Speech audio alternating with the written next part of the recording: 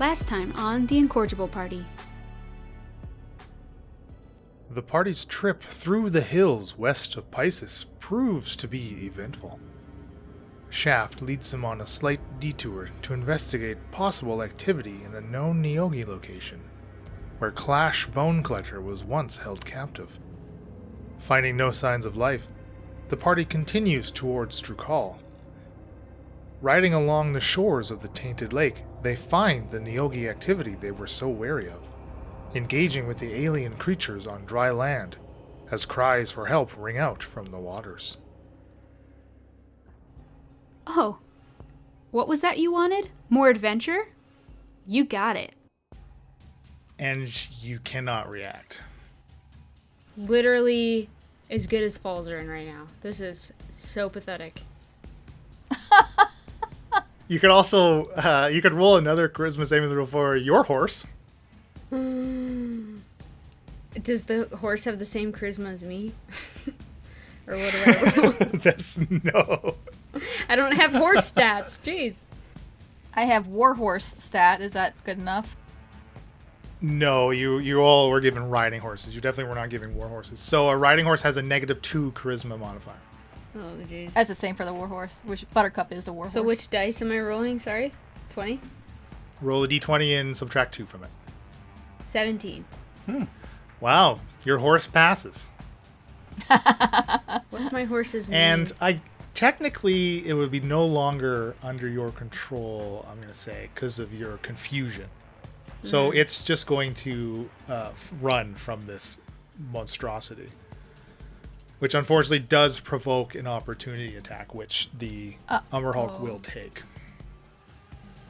With its claws. Ooh, that is only an 11, though. Does that hit a riding horse? It's not armored. It sounds like it probably should. I bet you. That does hit a riding horse. The claws make contact for 6 slashing. They are made of leather. They have an HP of 13. So your horse is wounded, but still up. Shaft.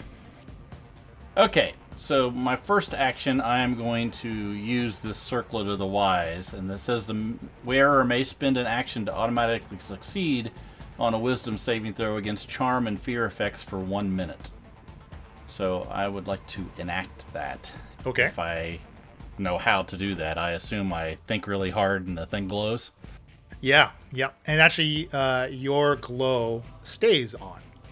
Okay. Then I want to take my horse and ride at full speed, about 25-30 feet directly towards the Umberhulk. And I'm going to jump onto the back of it, pull out my scimitar and my short sword, and ride up to it and jump off to try to go into the Umberhulk from the top. Try to jump off of the horse and land on him. Okay. So how would you like me to... Give me... You gotta stick the landing. You do gotta stick to the landing. So why don't you just give me an acrobatics to successfully jump from the horse. 24. Oh, easily. You're right on target as you got your weapons out. Now just give me some attack rolls. Okay, so my first one's the short sword of oozes I'm going to use. And that is a 29 to hit. Yeah. It will do 10 piercing damage, 16 acid damage, and 2 from Colossus Slayer. That's 28 points of damage. Okay. Now, in my offhand, I have the bronze-scaled scimitar, but I do not have it attuned, so it will only act as a regular scimitar. I believe the bronze scimitar does not require... I had to make a choice. I think it did. Oh, I'm sorry. It doesn't say attunement on it. Yeah, I don't think that one's fine. That one's like anybody can pick that one up and use it. Here is the choice I'm going to let you make. So if you want to stick your ooze sword in, you will have to unfortunately forgo your extra attack because it's literally inside, allowing you to stay up but you can leave your offhand weapon free and still be on top of it. Meaning, on a subsequent turn, you can still get the extra attack with your scimitar, but the ooze is kind of stuck in there. I'm okay with that. Yeah, I'm happy. So you still can use your bonus action to offhand, though. In this turn, you're on top of it. Okay. Shaft isn't as good with his offhand, you know. I'm not going to say what comment I was going to say because it would just be cut. So you're saying I can have an extra attack with my offhand, or you're saying I'm sorry. You get the bonus action attack, right? Like your offhand weapon attack, which requires your bonus action. Can I take my bonus action even though I'm charmed? No, you're not charmed. You're confused. Confused. I want to take a free action to put into the cannon my horse's name. Okay. The horse runs away and I go, "No, Torrent!" That's my horse. Thank you for that addition. Yep, you're welcome. What was your strike here, Shaft? So you're saying just so I make sure I understood. I jumped off. I jabbed the sword of oozes down inside of him. I still have my bronze scimitar in my other hand. Yep. Right, and I can jab that into him. You can strike him, yeah. So currently, with your first hit, you're on him and you're stuck there. You will not fall off now with that first hit. So that means you can't take your extra attack as part of the attack action with that one. Okay, so my bronze scaled scimitar, I'm going to jab into him. It's a 34 to hit. Whoa. Okay. That does Is that a crit? 12. It was a crit, yes. Yep, I rolled 20, thank you. It was a crit. Okay, so let's math this out. So that's slashing damage. What does this do? Bronze scaled scimitar does 1d6 plus 10. So that's 16. Plus I rolled Where'd you get this scimitar? a slashing damage for 12. So 12 plus 6 then. 12 plus 6. Yes, there you go. Okay. Colossus Slayer. I already got used that Yep. on the other one. Critical. We already did the slashing damage. Colossus Slayer damage. Okay, there you go. 18 slashing. Is that a Very nice. cultist scimitar? Where'd you get the bronze one? That was from Samuel's war room. Yeah. Sammy's place. It's a Sammy. Okay, you are now astride this Umber Hulk. Yeah. One sword jammed into it's in the back of its shoulder, like next to its scapula, like jammed right in there. Okay. Falzarin. I'm done. That was dope. Sorry, I wish I could have thought of my horse name sooner. You can just add the crickets in post. You know. What's Looking at me. what's the significance of that name, or is it just you name? Oh, I just looked up like Thory type names and I came up with Torrent. It's a Thory type name. Yeah, it's a Thory Okay. name.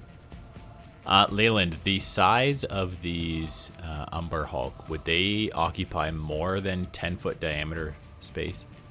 No, that's their size. They're a large creature. So Okay. 10 by 10 square. Very convenient.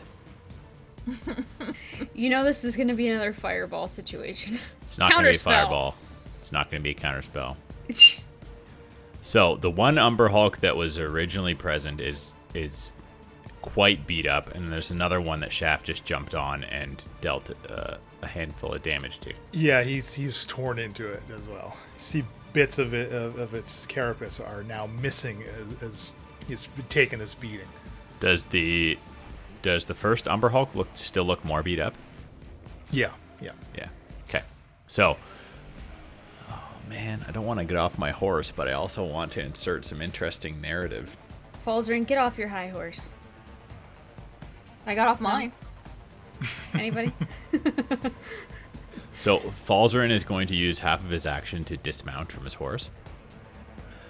So he's going to slide off to the right-hand side of his horse, and he's going to get down on one knee on the ground, place both of his hands down on the ground, and sort of just feel the earth, start to concentrate, and then look up towards this one Umber Hulk that Shaft is attacking. And he's going to cast a Wall of Force and encapsulate it in a sphere force, basically. So I can create a 10-foot diameter wall of force within 120 feet. And there's no, as far as I'm aware, there's no saving throw. There's no nothing. It just happens. Its concentration lasts for 10 minutes. So that enemy is basically just taken out of combat, more or less. So to be clear, the hurt one or the one that Shaft is on top of? The one that Shaft's on top of. So Shaft, I guess, would be moved. I am moved a bit. We're all very moved. That was very dramatic, Waldron. I thought so. Okay. No, So Shaft, I like Shaft would be pushed slightly to the side or off of this beast, basically. So, again, Shaft, you have a decision. You can either go prone on top of this thing and stay in this box as it's forming in reaction to, you feel the force pushing against you. Or if you're going to let it push you and shunt you off of it, you can then make me a strength saving to pull your sword out and make sure you don't leave it behind. A strength check or athletics is fine. Athletics? Yep. I'll do it. I'm going to go that way. Okay. That's a 21. That is just enough. As you stuck it in there deep, and I said the DC is the same as the Umberhawk's AC, so you definitely got it. Oh. Ripped it out, and you're pushed your choice of what direction you want to slide. I'll head to the sea. This is west. I assume this way is... Okay, so I'm going to go back east. So you slide back towards your mount. Yes. Okay. Well done. You see the Umberhawk is just smashing his claws against this invisible wall. Very Dreg-like. I like it. You see a nod of appreciation from Dreg. Yes. Indeed. And then a distance, a quiet sadness at him realizing he may be pretty far off from ever casting that again himself. Ouch. Mullen is up. Just a little Falzer and guilt thrown in there. Just Add some salt to enough that. salt. Some salt to the stump. Oh. Mullen continues to swim out, again dashing 60 feet. I was very close to casting the wall of force to deal with this creature in the water, but I don't know that it would have been as Let Mia effective. handle the water. Oh, wait. She's confused. We need to take the Neogis out, man. Trying. That's what y'all supposed to be doing while I was keeping the Umberhawk busy. Are you all done now? Okay. Now that you finally figured out what you're going to do with the 15 different creatures you're all controlling. I know, I'm sorry. Be faster. Mullen, now within 40 feet of the overturned boat. You cannot see its inhabitants, Meaning they're dead? but he can make out 3 of the Trool creatures, one of which has noticed him. The other 2 going for the second boat. Hey, why? Umberhawk 1, which is not encased in the box. It's a sphere, actually. Whatever.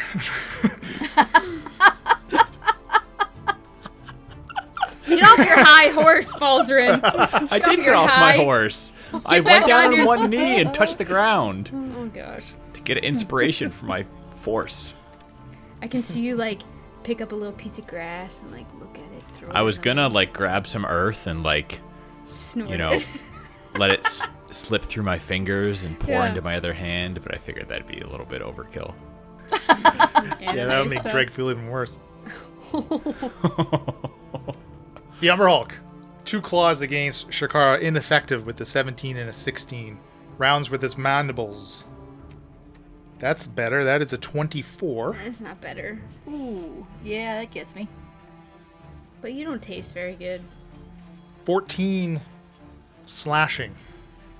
Which is reduced by your weapon, your armor mastery, right? Dang nabbit, yes, thank you. I'm going to hellish rebuke that. Okay. I'll point my finger at him and say, burn! He needs to make a dex save as he is surrounded by hellish flames.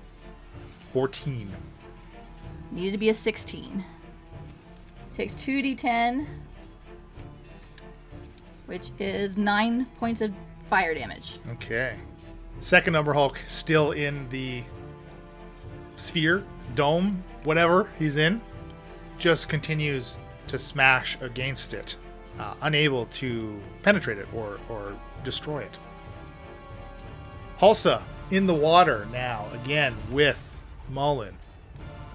Will dash out next to him. Although before her, Sparky. So is Sparky gonna just stay where he is, kind of overseeing and sending you images of what's happening?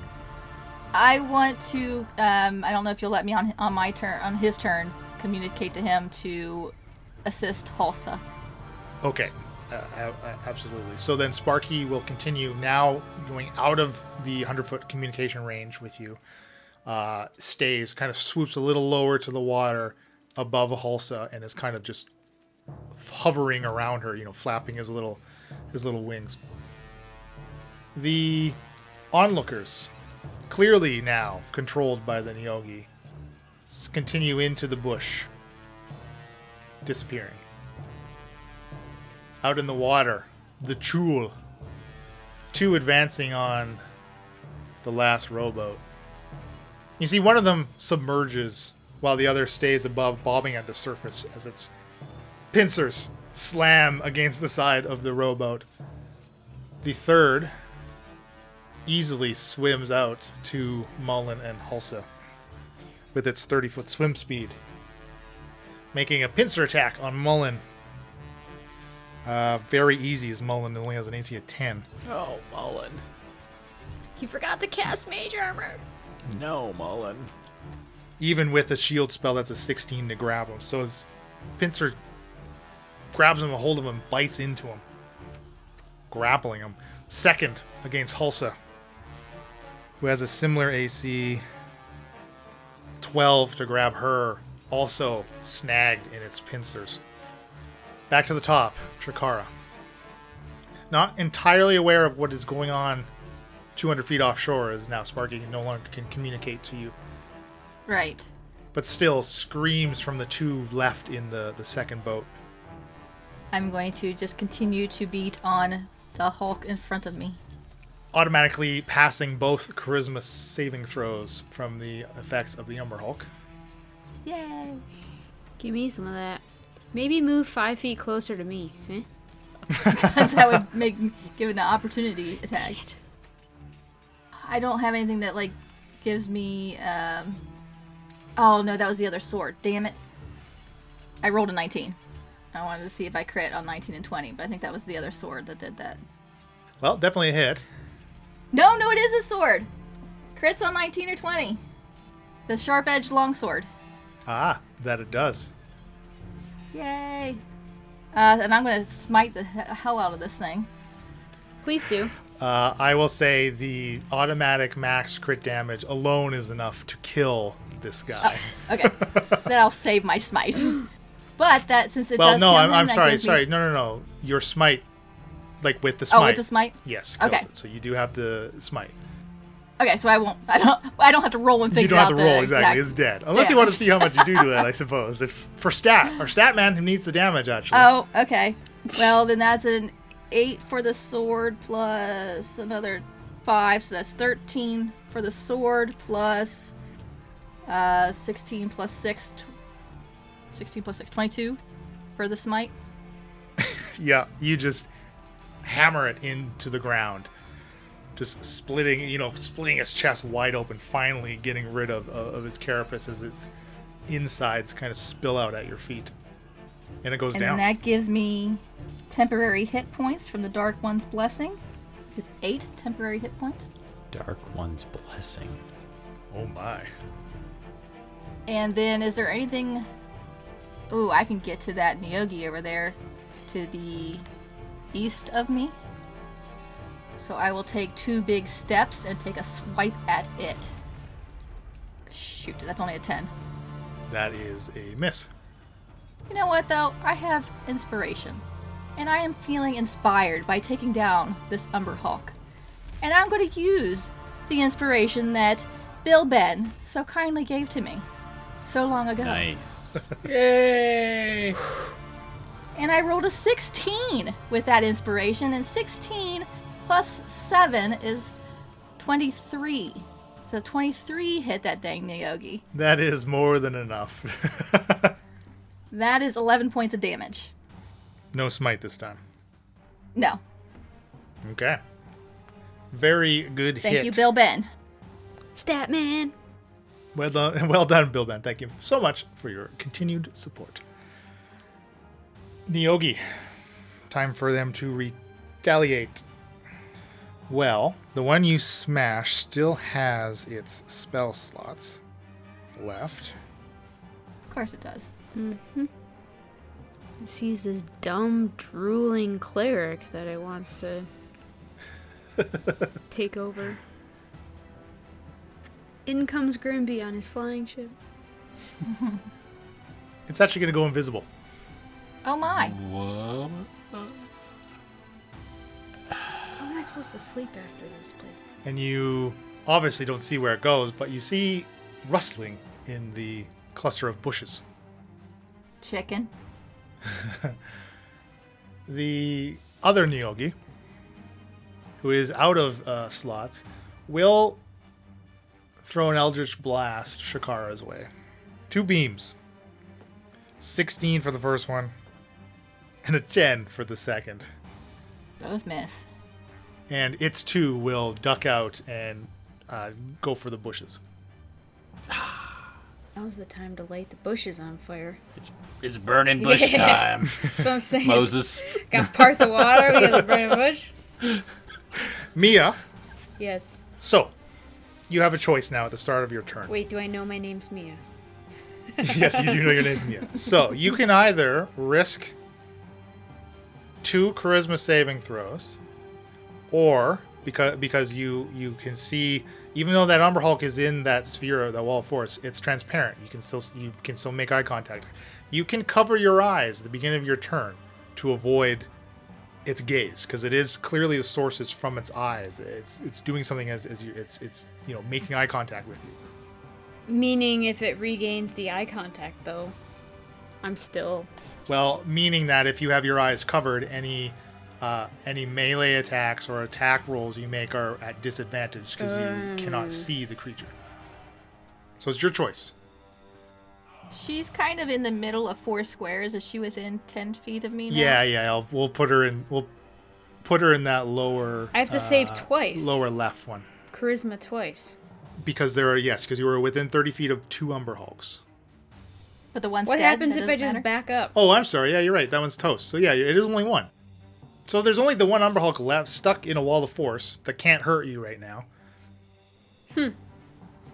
And he looked pretty raggedy, too, right? He was the first one. No, he was the This is the second. second He one? was less beat up. That's the second one. But Falzern's not going to let go of that concentration until we have dealt with the Nyogi. The Nyogi are in the bush. Yeah. So if you want, you can easily just avert your eyes and leave it. It's no threat right now. Right, but innocent people being mind controlled are also in the bush. Correct. Can it opportunity attack if I run away from it? Remember, it's in the sphere. It can't do anything. Okay. You can't physically touch it. Spells can't permeate it. Sorry, I wasn't prepared to have a turn. Oh, gosh. So again, in a spell like Destructive Wave, where it says I'm choosing creatures within 30 feet of me, if they're in a bush, do I have to see them? To select a target, you have to be able to see it. Yes. And in that it's a thick cluster. You can't see anything in it at all, right? Now, would I know what's going on in the water? Can I see that the people are grappled type thing? You can hear the screams. You can see the tentacle face of the Truel, and you can see the trouble that Mullen and Hulsa are in. Looking at these bushes, you see that it doesn't encompass a very large area. From the 2 Nyogi and the 4 people that walked into it, that's going to be the capacity of the amount of space that could possibly camouflage if they were just sitting in those bushes. Yeah, think of it as a landing strip. What? Not a full bush. Gosh. It's a Brazilian bush. Yeah, it's Brazilian. All right, so there's no opportunity attacks or anything, so I'll just walk over to the bush. Do I see anything where I'm at now, like at the edge of the bush? You know, shoving branches aside and peering inside of it, you actually see that it's more of a like hollowed out dome, kind of similar to what is trapping the Umber Hulk here. At the feet of it, just so past the threshold inside of the bush, is a hole, a tunnel, about the size of one of the Umber Hulks. Okay. So there's no creatures around that I can see. If I took like a few seconds to look, it's just a hole. It's all that is a hole. That's all that is encompassed in the bush. Mia, what do you see? Guys, they're not in the bush. There's a like a hole, a cave. It's got to lead somewhere. What do I do? We must aid our friends. How far out in the water did you say they were in the 200 boats? feet. 200 feet. Speak for yourself. They're not my friends. Mullen's not your friend? The pescatarians are not your friend? All right. I'm gonna call lightning over the lake. And like ready, it's concentration already in action. If I don't know. Like I don't know how to see. It's only 120 feet, so it. And then it's like a 60-foot cylinder, right? 60-foot radius. So if I were to call it at 120 feet with a 60-foot radius, that's still only 180 feet. Like the storm wouldn't be over them. It would certainly be over Mullen, Hulsa, and the Truel that has them in its pincers. So am I like at a vantage point where I can just like cast it at the Truel? If you would like to hit the creature in the water adjacent to your allies with the bolt of lightning, you absolutely can see it to do so. Wait, why'd you say it like that? It's called clarifying before you make your decision, but not leading. Is it like underwater or is it like its head? Nope, they're like water? on the surface Okay. as Mullen and Hulsa are still fighting against it. I mean, You can drop the toaster in the bathtub. I forgot about lightning.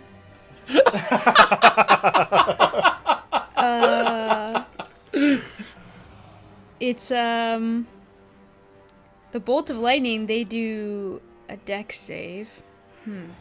How dexterous? Don't kill my warlock, please. How dexterous do they seem?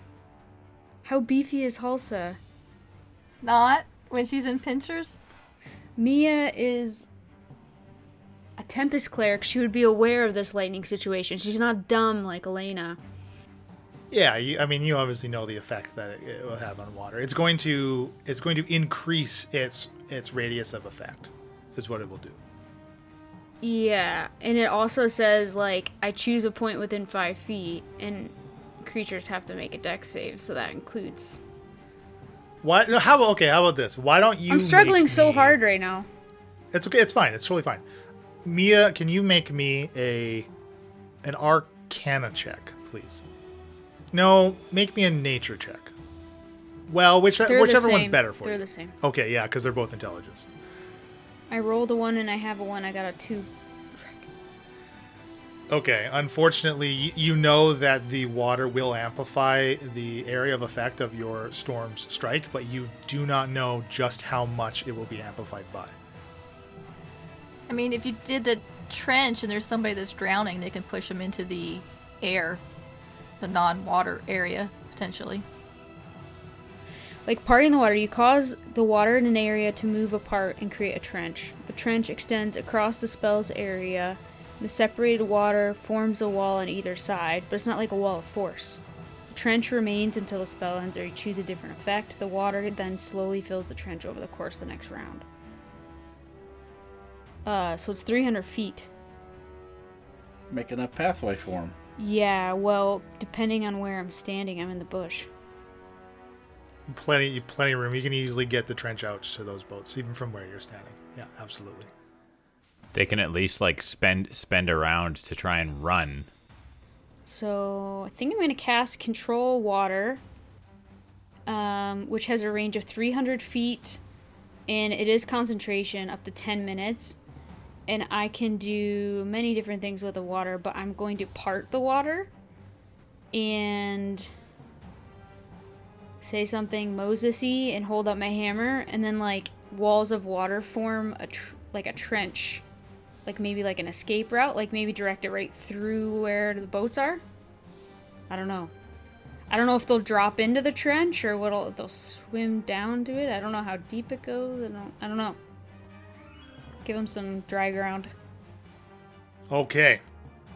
Now, you know this lake has been flooded. As it is still flooded, so it doesn't look like, for those that would be familiar with this level before and after that dam was thrown up, it definitely is clear that has not been taken down. So the shore, like the bottom of it, this new made shore, is much shallower than it may have been otherwise. So your trench, as the water begins to ripple and bubble and slide and form and slough this opening, I imagine it just kind of like starting from the shore, just rippling out, shooting out to the boats that you've the full extent of the 300 feet. And it's not like an immediate drop, right? But the levels rise, the levels drop. It was the opposite of rise. The levels drop. And the Chul holding Mullen and Halsa gives them a chance to wrench free of its grapple. And you see that the shore, now you've dug this trench, for lack of a better term, down to the shore and the bottom of the lake, and you can see nearly directly below them, for everybody but Mia would be familiar with what's at the bottom of this lake, that underground entrance into the Kraken cultist tunnel system. You see that the 3 people in the overturned boat, they're being dragged towards that opening by that Chul that have submerged. The second boat now, it's kind of, if you want, you would have been able to keep it outside of that trench if you wanted to like separate it and the Chul that was next to it. I don't know how well I would have seen that though from 300 feet. Okay. Like, well, why don't you roll me a percentile? You have celestial eyes. You have celestial I have eyes. celestial eyes. 300 Roll me feet roll me a D100. 37. Okay. You unfortunately, the Chul is able to get itself over to the side and stay with the boat despite it getting caught in the trench.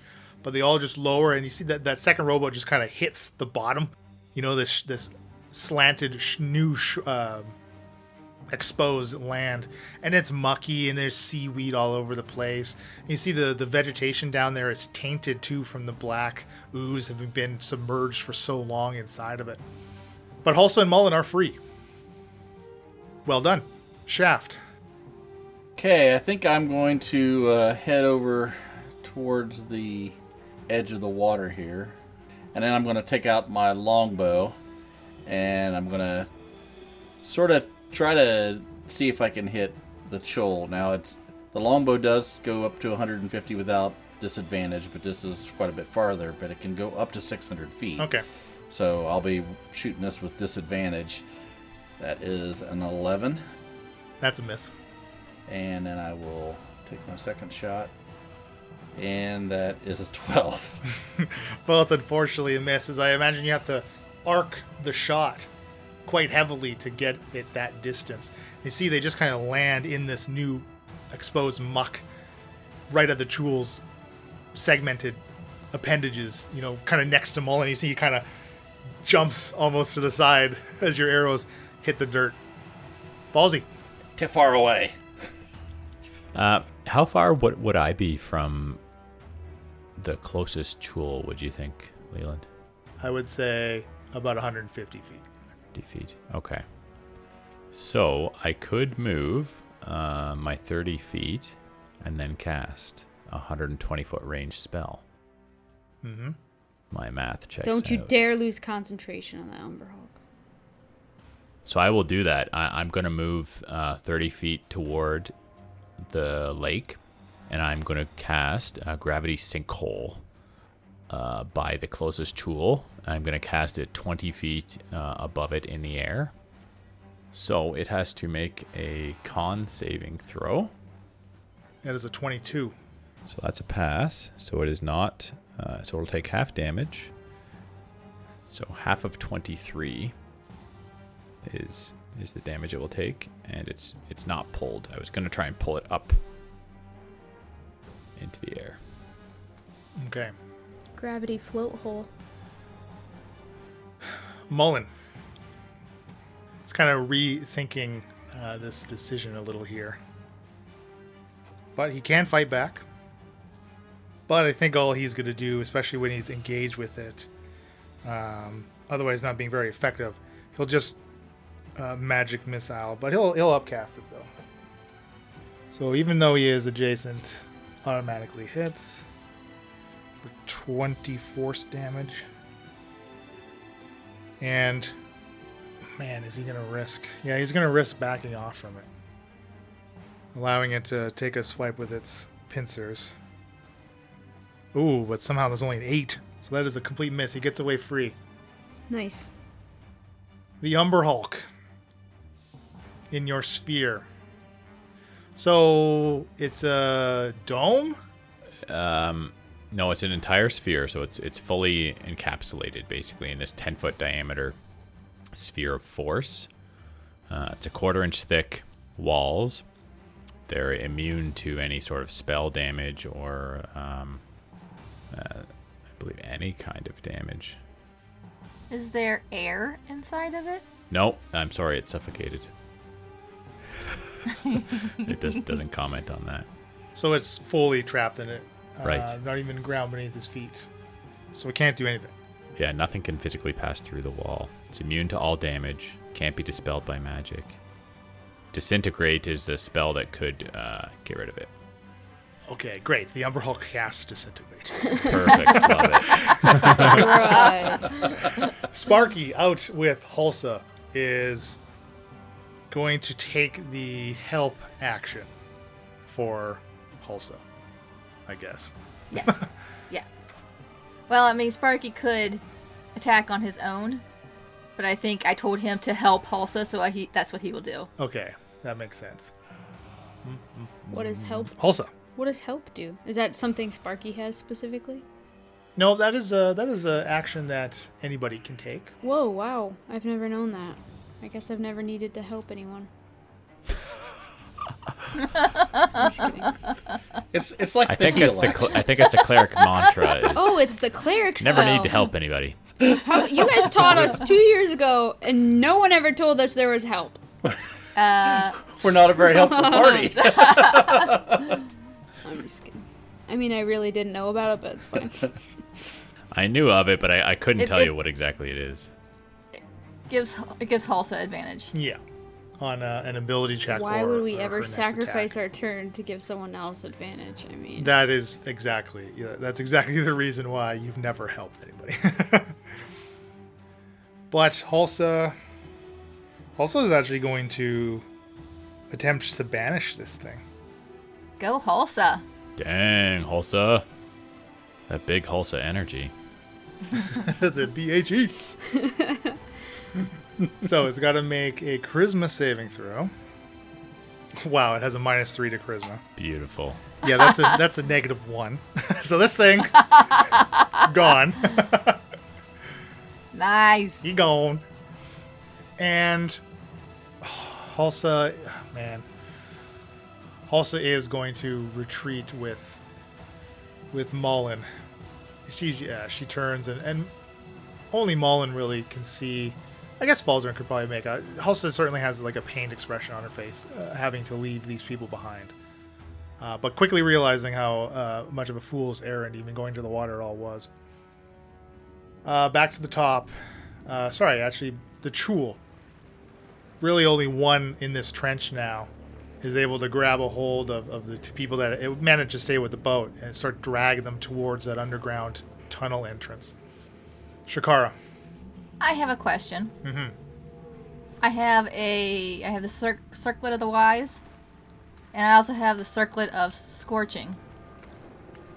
Can I wear 2? Yeah, that's circlets? fine. It's a hand wave. Because remember, the limit, I think we did discuss I'm this wearing before. 2 The limit amulets, is yeah. the attunement slots, not necessarily what the item is. Buttercup! And I will run to her. And... Oh, crap. I can't jump on top, because that is 30 feet to run to her. Dang it, she went too far away. Oh, no, that's another action. Oh, I was going to Misty Step. That doesn't work. I cannot Misty Step, run to her, have the horse run to them, and cast a spell all in one turn. Only if that spell is a cantrip. It's not. I was going to do the circlet of Scorching Ray. Oh, but that's that is an activating. action. That's activating magic item. That's not casting a spell. But it's still an action. Right. I can't get to her, get on her, have her run up. Yes, you can. Misty Step is a bonus action. Is Misty Step a bonus? Because I don't have the spell Misty Step. It's just the ring. Misty Step should be a bonus.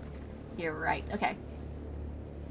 So then if I bonus action Misty Step to Buttercup, climb on top of her, shoot the Scorching Ray, and then on her turn she can run to the edge of the water. Remember, you would be controlling her again. Her initiative immediately becomes your initiative. So you can get on her and she can dash out through the trench on the same turn, if that's what you are planning to do. You can Misty Step right onto her, so you don't need to use half your movement to get on. Yeah, absolutely. Oh. I like that better. Okay. So I Misty Step onto Buttercup's back. Then I use my circlet of blasting to Scorching Ray as she's running towards the edge of the water. The Scorching Ray has a range of 120 feet. Creates 3 rays of fire and hurls them at a target within range. And I have to make a ranged spell attack for each one. So is Buttercup dashing then? Are you like running 120 feet into the trench? Because like 120 feet is pretty far for this last tool. How far into the water is he? Well, again, these boats are 200 feet from the shore. So you would have to get 80 feet into the trench, which would put you at about where Hulsa and Mullen are. Okay. Can I, Buttercup has a 60-foot, so she could dash for 120 feet. Absolutely. Would that put me close enough? Yep. Oh, yeah. Easy. You don't even have to go that far. If you just want to get to Mullen and Hulsa, you absolutely can. Yes, I want to get to them. Sweet. Okay, so we're back to 3 rays spell attack. That is a 20, a 22, and a 9. The first 2 definitely hit. What, the 9 doesn't hit? 9 kind of careens into the wall of the trench and fizzles. Okay, so it's 2d6 for each one, so that is 6d6. No, it's not. It's 4d6 because the third one didn't hit. Just seeing if you're paying attention. I am. 17 points of fire damage. Okay. That is enough to cause it to lose its grip on those 2 remaining townspeople. Pescatarians. Yes. Dreg, which I think we might have skipped a couple of times, but he can't really do anything anyway, so he's going to stay on his horse. Rude. Drake can do whatever he puts his mind to. I'm sorry, I did not mean to limit him. Mia, so is this trench filled in now? It only lasts the round, or I guess so. And the Chupacabra thing doesn't have grip on anyone. Right. Okay. So there's 2 townspeople, and they're no longer in a boat treading water by a... What's it called? No, they're in the boat. So They're in the boat. Okay. Yes. But Hulsa, Mullen, myself, and Buttercup are all in the water. Are all in the water about 50-ish feet away. Yeah, How so far I'm that still is? controlling water and concentrating.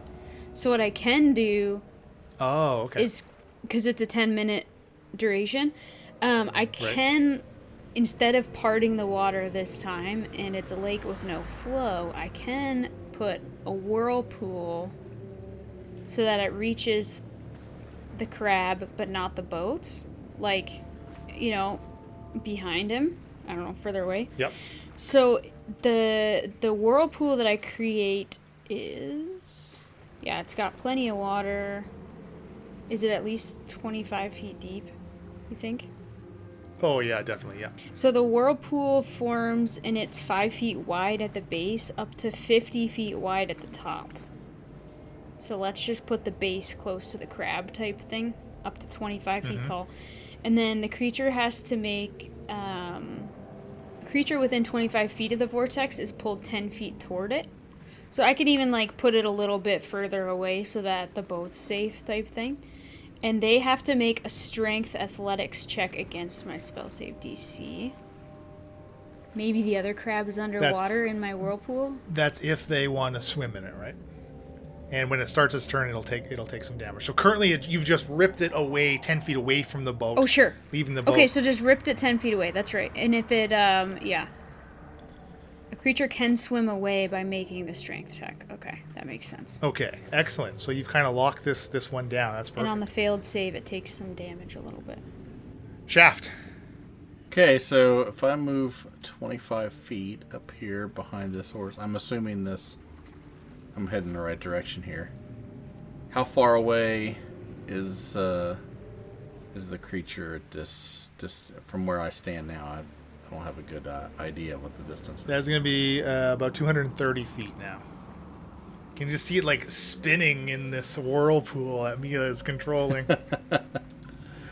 I think really the only thing I have to offer here is to try to pump some arrows into it with disadvantage. So I'm going to give it a shot here. All right. Oh, good. So that would be a 23. Yeah. What about your webbed toes?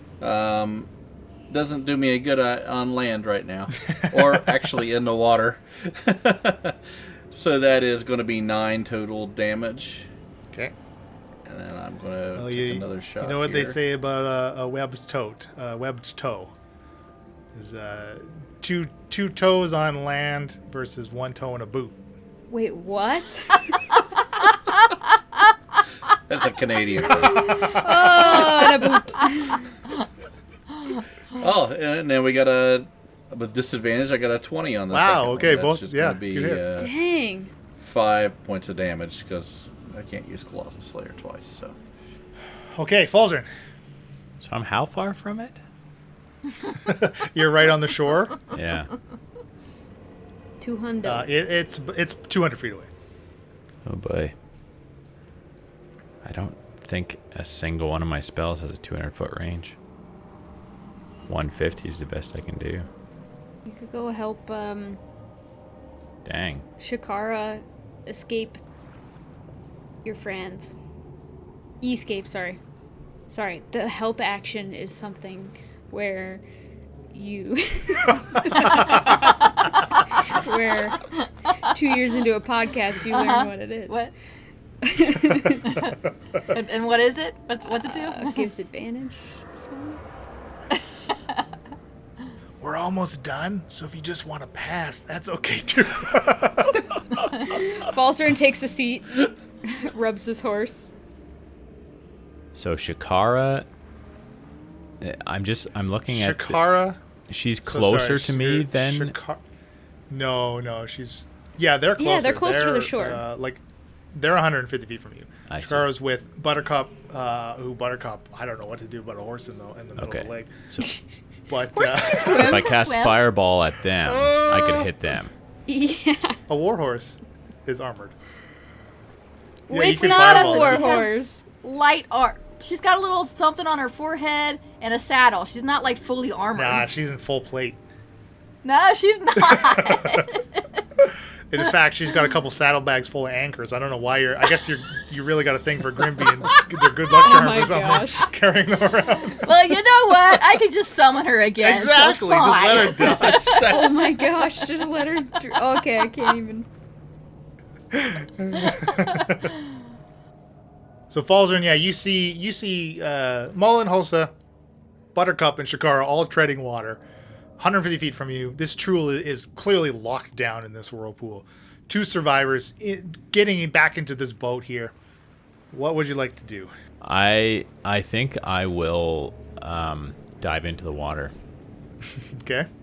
and swim toward swim them real good. to try and help it however that I can. If there's one of them that sort of loses their steam and is a weak swimmer, I'll try and help them. Okay, great. So you can start dashing out to them. Yeah, Mullen's gonna keep swimming then away, and he will dash and try to. And he can make it out to you now, back to you. So you're kind of both meet each other in the water, and you just see, yeah, he's definitely struggling a little. Umberhulk 1 still in the sphere. Sparky just still flying overhead. Yeah. Okay. Halsa will also meet up with Falzer and Mullen. As you know, she kind of looks back and makes sure that Shakara and Buttercup, I suppose, are fine in the water, which the two of you are. Okay, your horse can swim, whatever. And this Chul in the whirlpool, it will try to swim towards the rowboat. So it makes an athletics check versus your spell save DC, is that right? Mm-hmm. It's pretty strong. But is it athletic? Not strong enough with a 13. Yes. On a failed save, the creature takes 2d8 bludgeoning damage and is caught in the vortex until the spell ends. Oh, dang, okay. The first time each turn an object takes in that vortex, it takes 2d8 bludgeoning damage. Curse each round. Oh, okay. Sorry, I'm seeing what we did incorrectly. So I actually owe you 2d8 of bludgeoning because it should have made that strength right when you made the vortex as it's trying to swim away from it, I think. Alright, so then it takes... I accidentally rolled twice, so perfect. 17 bludgeoning damage. Okay, well done. And it's stuck. Yeah, this thing's getting beat up. It's getting battered around to its own habitat, for Pete's sake. It's turned on it as far as it's concerned. Shaft. I think we're just going to try the same thing. Try to pump an arrow or two into it here. With still with disadvantage. I'll move up a little bit, but it's not going to be anywhere near enough. That is a 14 to hit for the first one. That was a miss. And to do the second shot. And that's a 24. That's a hit. So Nice. that's 16 pierces. Excellent. Your arrow's way out of range, but you're getting used to that disadvantage even yourself. And the final arrow puts it down as his body just goes limp as it just spins in Mia's whirlpool. And you see the townspeople, the two left in the boat, they're a little more confident now as far as what's in the water lurking around, but they got their arms in there and they're paddling themselves to shore. Now, the black goo, right? Still, yes, black goo, that's right. But the boat, the townspeople, Shakara, Buttercup, Mullen, and Halsa have made it to shore. I could, technically, controlling water, I can create a wave and flood them back to shore. Yeah, absolutely. You can definitely give them a boost. It's a cool spell. They make it to shore. What about this Umberhulk, kids? Well, yes, but as you hit the shore, of course, the water around the wreckage begins to bubble. Wow, can you believe what just happened? Oh my gosh, things are just getting crazy. You can visit us at incorrigibleparty.com for additional world NPC information to get all your Incorrigible Party merchandise. Join us on our Discord, linked on our website. Recently, the Incorrigible Party has started streaming on Twitch. Do you want to watch video games, board games, interact with us, catch us on live after-party recordings, follow us on Twitch at Incorrigible Party. If for some reason, probably because you're incorrigible, like us, you can't get enough of our content, please support us on Patreon. Our Patreon gives you early releases to episodes, extra inspiration to give your favorite hero, Mia, wink wink, or the DM, I suppose. Patreon exclusive content includes Patreon exclusive mini campaigns. This podcast is sponsored by Critical Hit Design at criticalhitdesign.com. Thanks to Tabletop Audio for allowing us to use any ambient sounds or music during our show. And our intro and outro is by Josh Jarvis. Contact him at jamesmercymusic@gmail.com for any inquiries. Happy adventuring!